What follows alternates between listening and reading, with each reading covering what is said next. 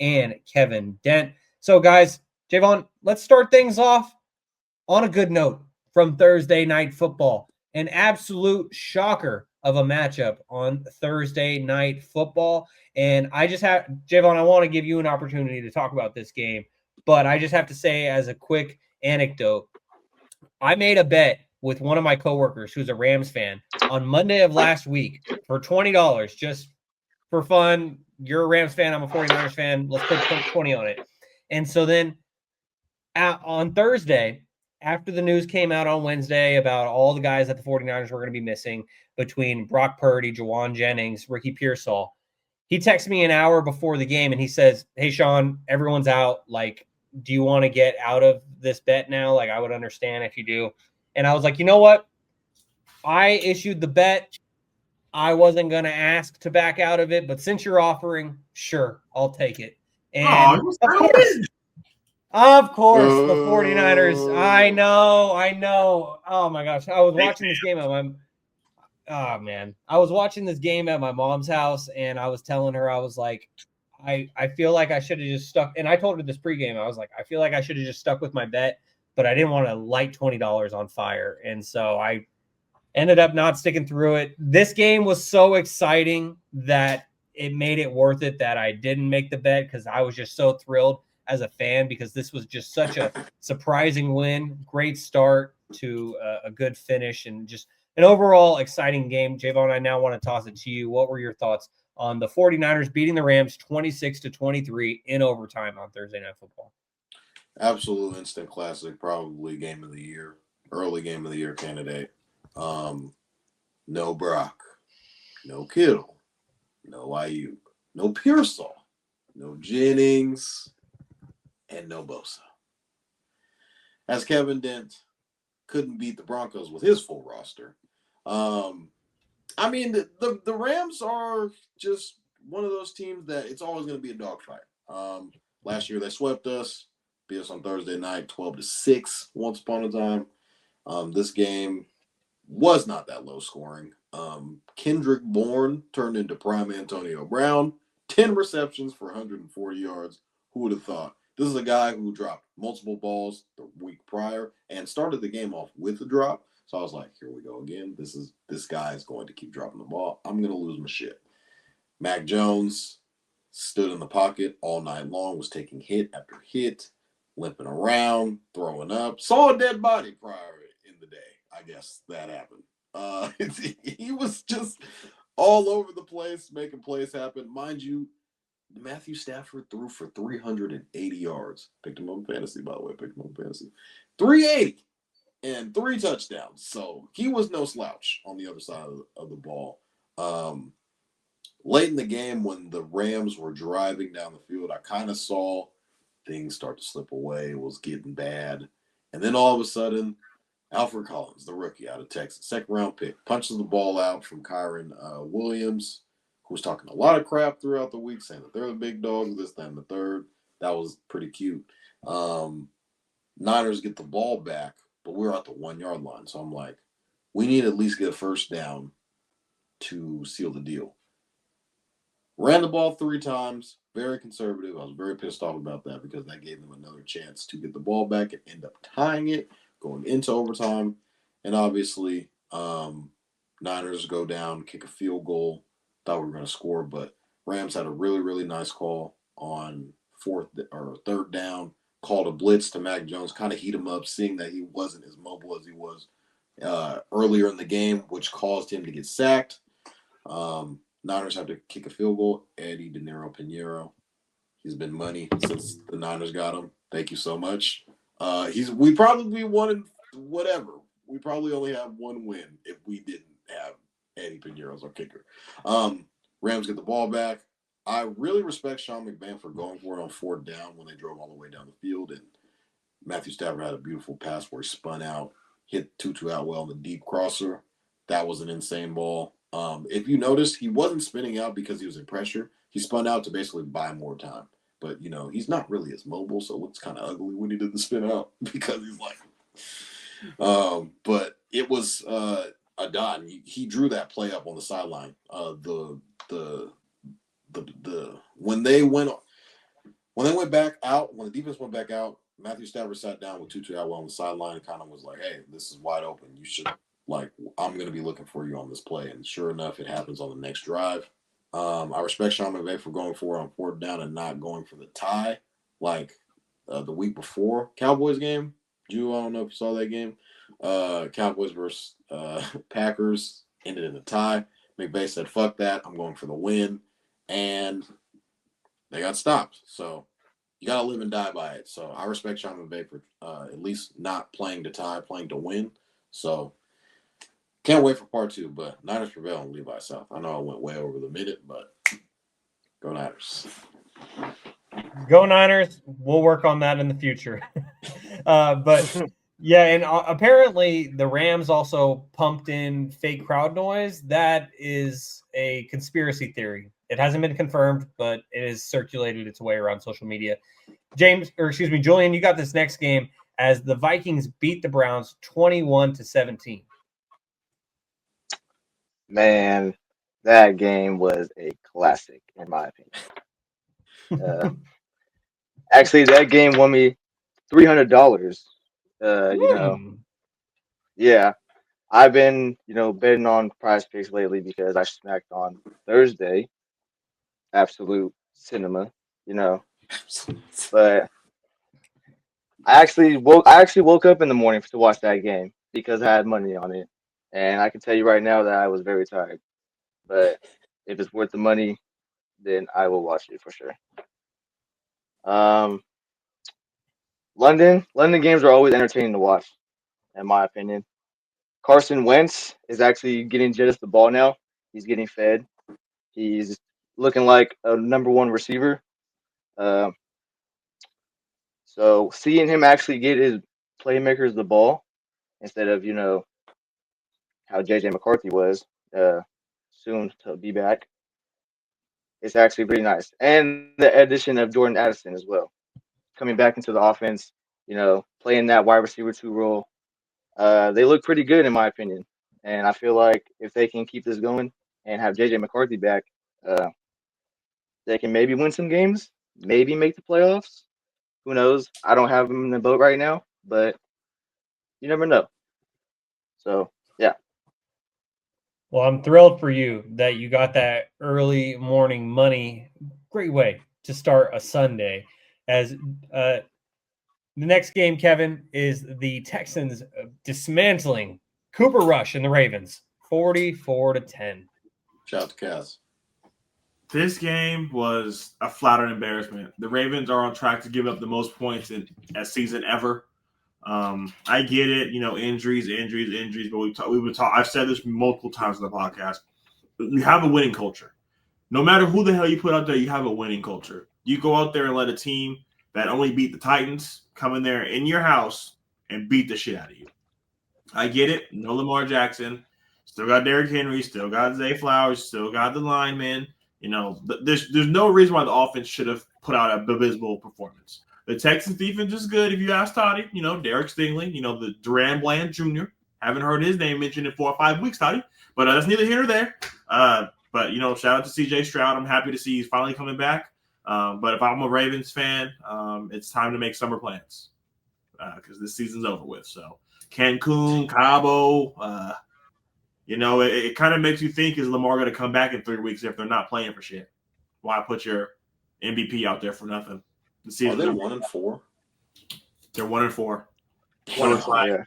2 weeks from now, they play the Bears. I don't know who they play after the Bears, but it's like, is it worth it throwing your franchise player out there behind a team that obviously can't win games? We couldn't win games with Lamar, so we're damn sure not going to win games without him. So crazy because I remember the season preview edition of this podcast, and I think 4 out of 5 panelists picked the Ravens to be in the Super Bowl. Not everyone picked them to win it, but a majority of us had the Ravens playing in the Super Bowl, and now we're talking about them potentially not even making the playoffs. It's crazy. And meanwhile, my pick of the Bengals in the Super Bowl looks just as bad. Shout out to Jake Browning from Folsom. We'll get to that in a bit. But now this next game in our Week 5 NFL recap is that the Saints beat the Giants 26-14. And I'll handle this one because Cam Scataboo, my guy from Rio Linda. He went to Sac State before going on to Arizona State. Oh, man. He had a key fumble in the red zone of this game, and the Saints go on to beat the Giants by double digits to get their first win of the season. A lot of talk about the Saints coming into this season was that they would be the worst team in the NFL by far. And yet they've hung around. They have just seemed to hang around in every single game. And now they finally got one. And with a loss like this, you could easily say that the Giants are one of the worst teams in the NFL. And so, embarrassing loss for the Giants. Jackson Dart, in his second career start, he is now questionable going into potentially his third week. And so we might end up seeing Russell Wilson back under center, or even Jameis Winston to go out there and try and eat a W against those Eagles as Kevin was flapping his wings. But famous Jameis, Russell Wilson, Jackson Dart, not looking too strong for the New York Giants right now. As Julian, I'm going to toss this next one to you as your Cowboys beat the Jets 37-22. Oh, man, it was a beautiful week for Dak Prescott.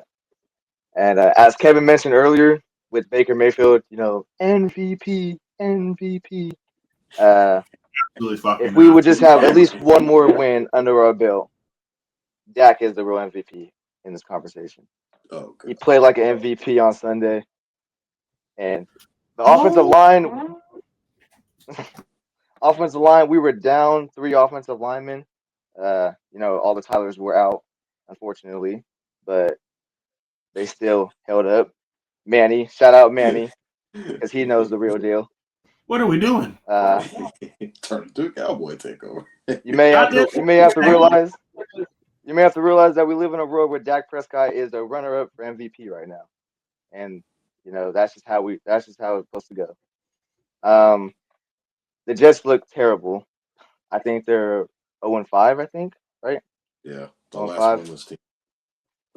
Our defense looked really good. Our defense sucked the last 4 weeks, giving deep shot after deep shot after deep shot. And, back a couple weeks ago, me and Toddy were actually watching that Giants game. And seeing Malik Neighbors, have 160 yards, Wan'Dale Robinson 140 yards. Bro. I said, God help me. So, coming into this week with the Cowboys dismantling the Jets, it was a pretty good one, in my opinion. Yeah, and as Julian was saying earlier, Uncle Manny said on the YouTube comments, Dak MVP candidate. And then our guy Wes Reynolds comes in and says, Dak for MVP is comedy. I felt that one. Absolutely. Yeah. Because at some point, Dak's going to be Dak, and you're going to lose 3 games in a row, and then it's all good. Well, that now leads us to our next game, because other YouTube comments, including from La Argent, says Eagles lost. Then Grant Wolf goes on to say, everyone doubted my Broncos. Offense had a slow start, but figured it out going into the second half. Defense had some sloppy plays, but overall held it down throughout the game. So, Kevin, as our lone Eagles fan on the panel this week, what were your thoughts on the Broncos winning 21-17 in Philly? Yeah, as an Eagles fan, Howie, I called them after the game. I didn't do my part. I wasn't taking shots. I wasn't watching the game. I was on my way. I was in the airport.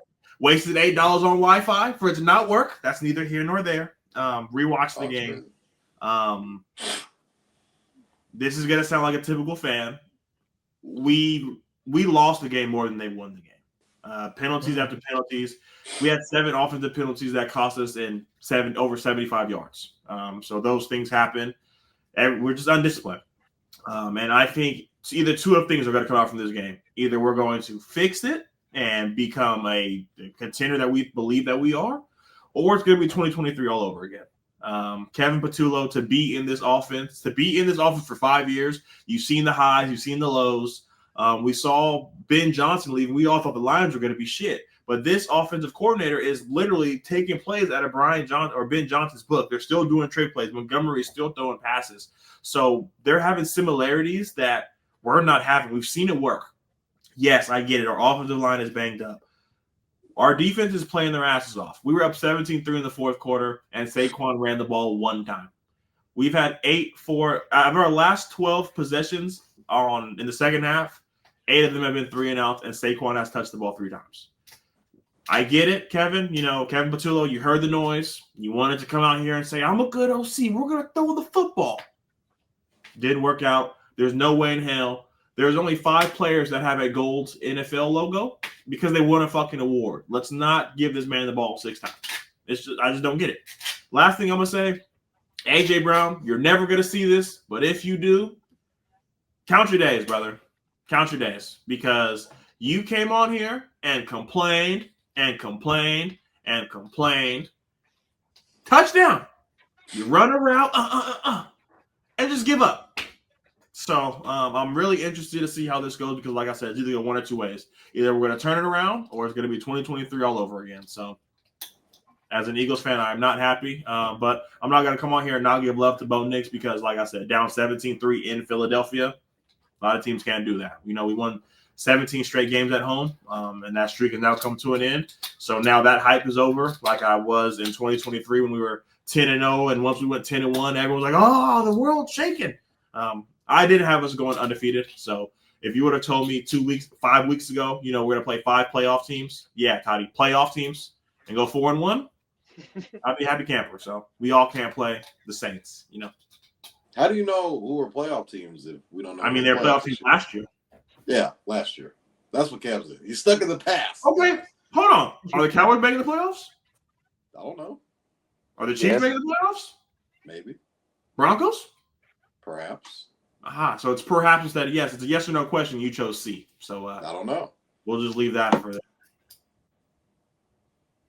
I do want to give a shout out to Nick Bonino, who had 2.5 sacks in the game, was causing havoc for Jalen Hurts in the second half. So, and they just signed him in a huge deal this past offseason. So, money well spent.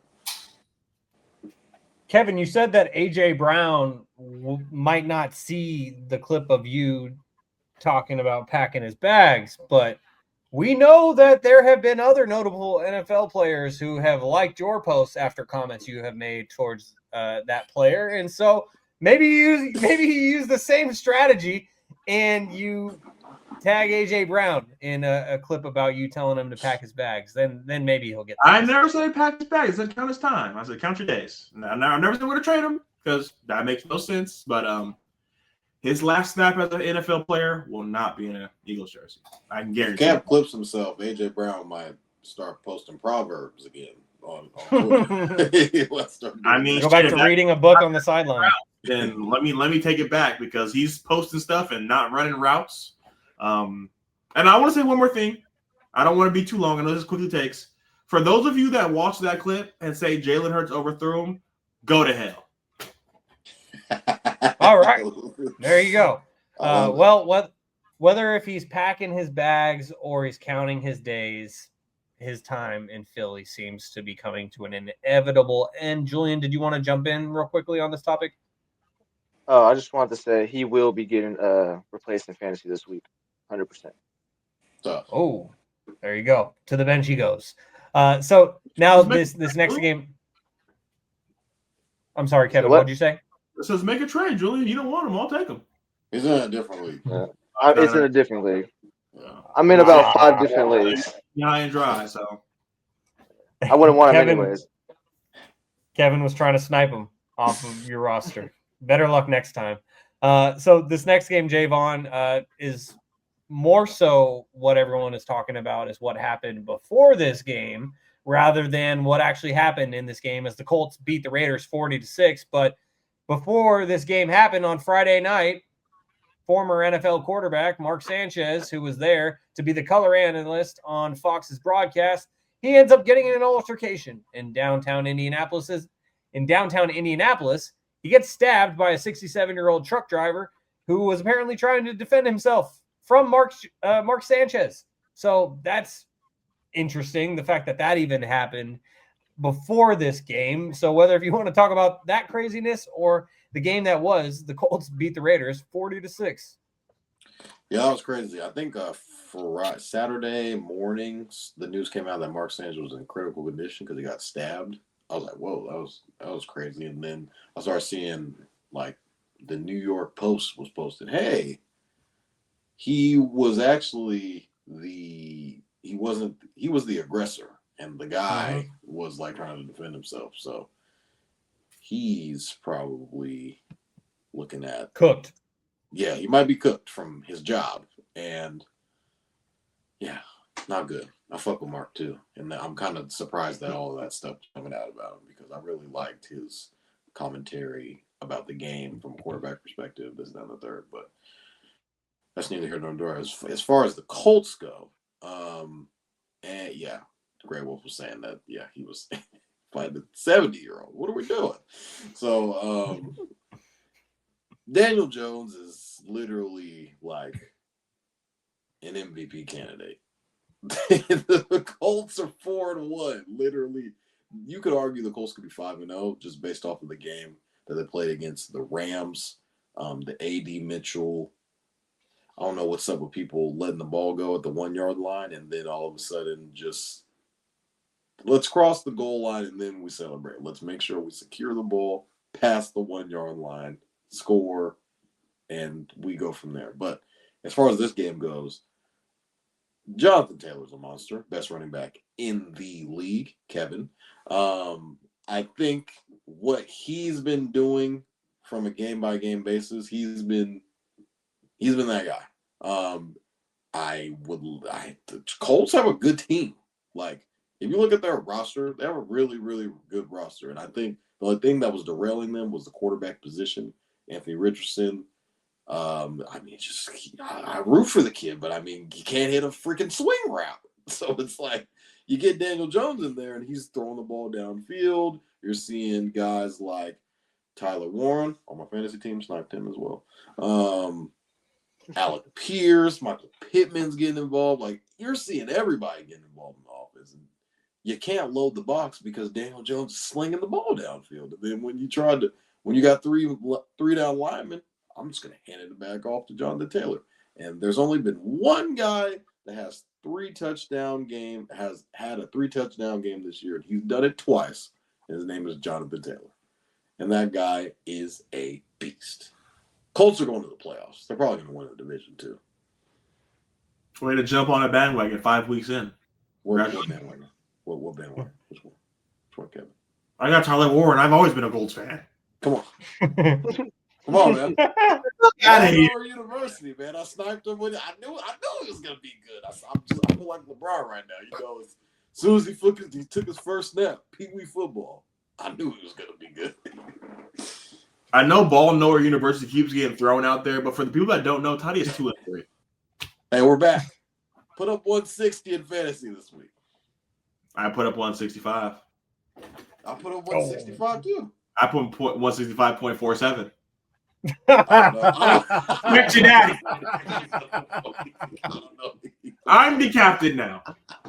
Details matter. Oh, man. Oh my God! Down to the decimal point. Win is a win. When on Wednesday when the weekly polls come out, Kevin, Toddy, remember your place. 1.2. Just wanted to say I destroyed Shaun this week too as well. Yeah. It was, I sure did. Shaun lost to a guy that played an inactive player this week. That's tough. Yeah, that's what we McLaurin, call the whole world. McLaurin wasn't active, and I was actually asleep for that morning. Yep, I got absolutely cooked by Dak Prescott, Christian McCaffrey, Javonte Williams. It wasn't pretty for me. I got slapped around by those three, and then the rest of Julian's team did pretty well. And yeah, ugly week for my team. But with the loss, we're now 3-2, which is still better than Ball Nowhere University. So I guess you got to take your dubs where you can. Better than that guy. You gotta change it. No. Keeping things moving here on episode 161 of Stats Over Politics. Shaun Holko alongside Kevin Dent, Jaevon Toddy, Julian Sanchez. We're going to wrap things up here with these final 4 games from week 5 in the NFL. And I got this one as the Carolina Panthers beat the Miami Dolphins 27-24. And this was the true emergence of one of Julian's former guys, Rico Dowdle. Excuse me. Rico in this game, 206 rushing yards on 23 carries and a touchdown. This was his breakout game. Like, he has proven that he's a starter with Carolina, but this was where he really put his name on the map. That's the only takeaway that I have from this game. My other thought from this game is everyone is saying on social media, oh my God, well, Mike McDaniel, he's going to get fired, and there's going to be a team out there who gets a hell of an offensive coordinator. Eagles. Come on home. Oh, Kevin is starving for Mike McDaniel. He is He wants him. He gets fired. I mean, it won't happen. You can't do that mid-season. You can't put in a whole new philosophy in a week. Yeah, but maybe next season. But the overall point being, I've seen Philly, Cincinnati, all of these other teams mentioned. Just come on home. You just saw how well it's working for Robert Saleh after he was a head coach and came back to the 49ers to be a defensive coordinator. Mike McDaniel, you know you like being around Kyle Shanahan. You know you want to bring the band back together. Mike we McDaniel. got your name on it, Mike. Come on over. Come on home. Come on, Mike McDaniel. Come on home. If you're not going to go to the 49ers, at least go to the Broncos because that was your childhood team. But, you can just come on home. We still got a parking spot for you at Levi Stadium, Mike McDaniel. The plaque is ready. So that's my takeaway as the Panthers, they win 27-24, and the Dolphins, they are looking rough at this point. But now moving on, Toddy, I might have you cover this one because it's in our division as the Titans storm back to defeat the Cardinals 22-21. And Toddy, do me a favor, explain to the audio-only listeners what you were just doing there. The Cam Ward celebration. And describe it of what you were doing just for the audio-only listeners. There you go. A lot of people were mocking him when, his first game, every time they got a sack on him, they just kept doing that. I was like, damn, welcome to the NFL. But this game was wrapped up early. It was 21-6. Cardinals were kind of just, moseying on down. And then all of a sudden, Julian, can you remind me of the running back's name from the Cardinals that dropped it out to one? I forgot his name. DeMarcado. I don't know. DeMarcado. There we go. Mercado. Yeah, so he had another, it was an 80-yard run.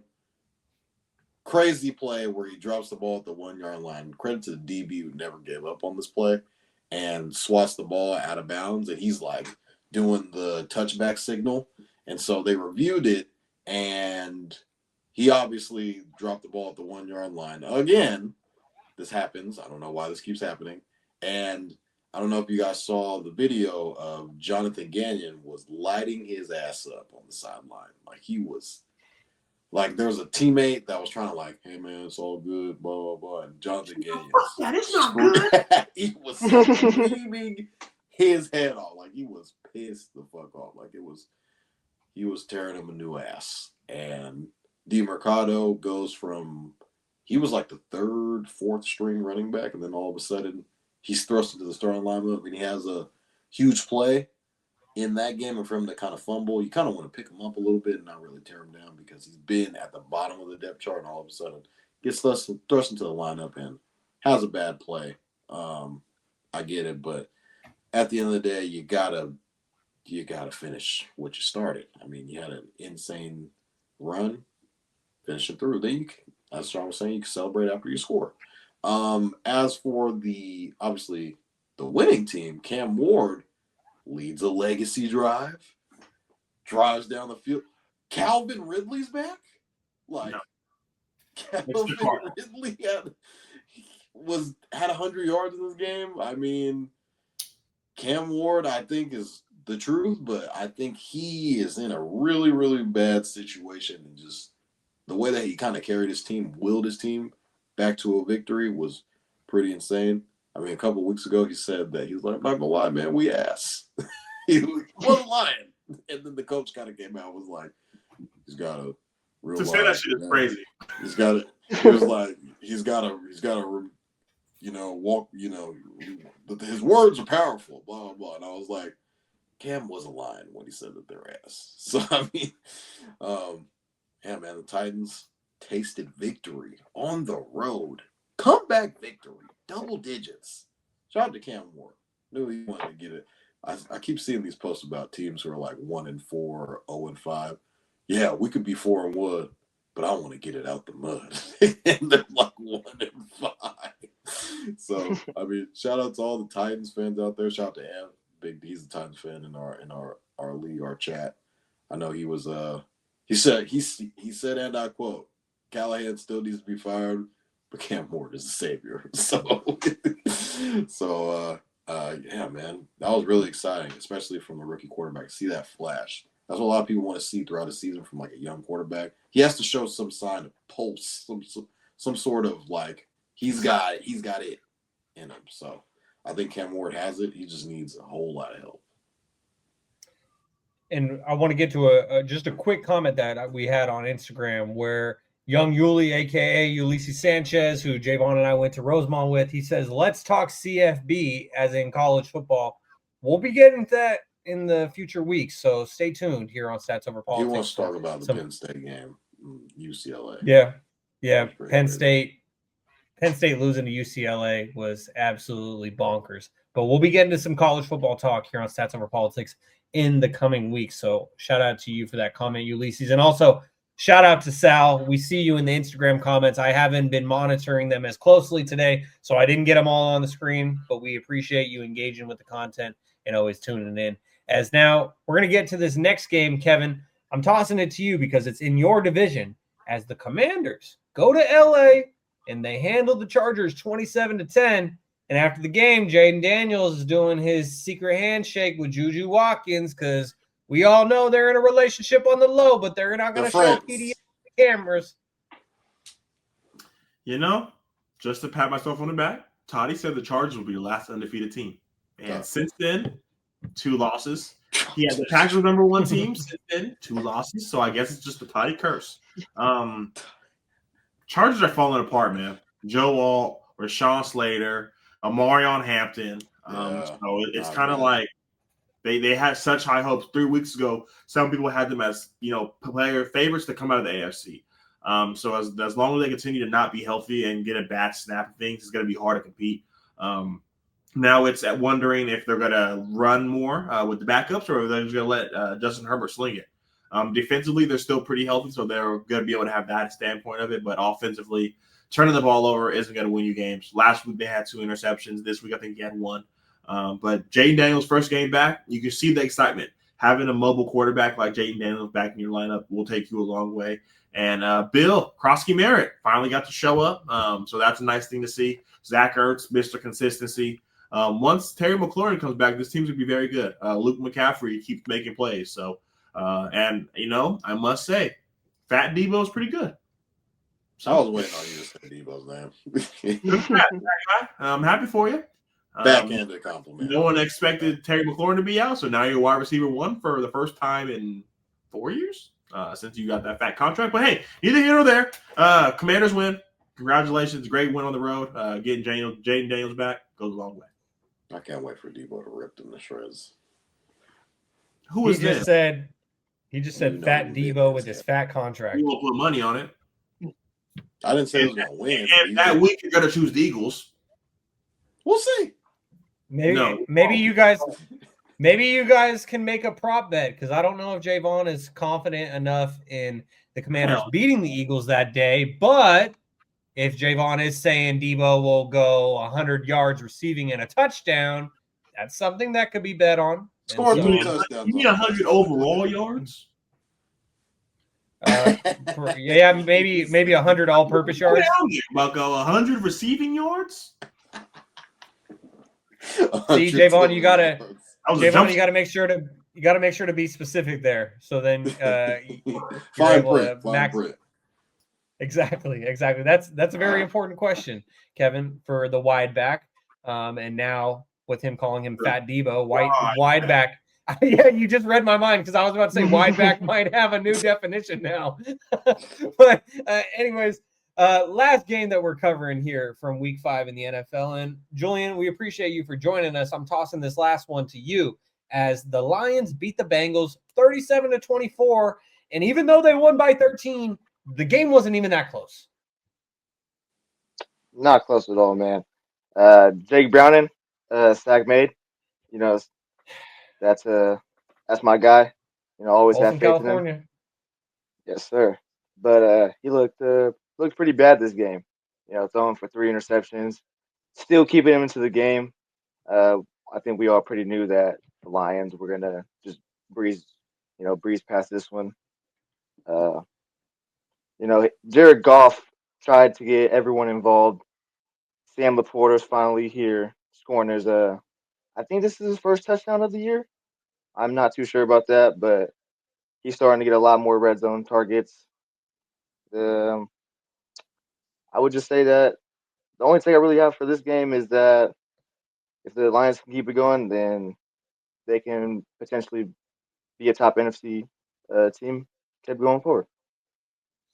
Yeah, and another local guy to shout out from this one is Ross Dwelly, former San Francisco 49er who went to Oak Ridge High School in El Dorado Hills, and he's actually even from Sonora, the town of 4,000 people that I used to work in right outside Yosemite National Park. And so that is another local guy to shout out from this game.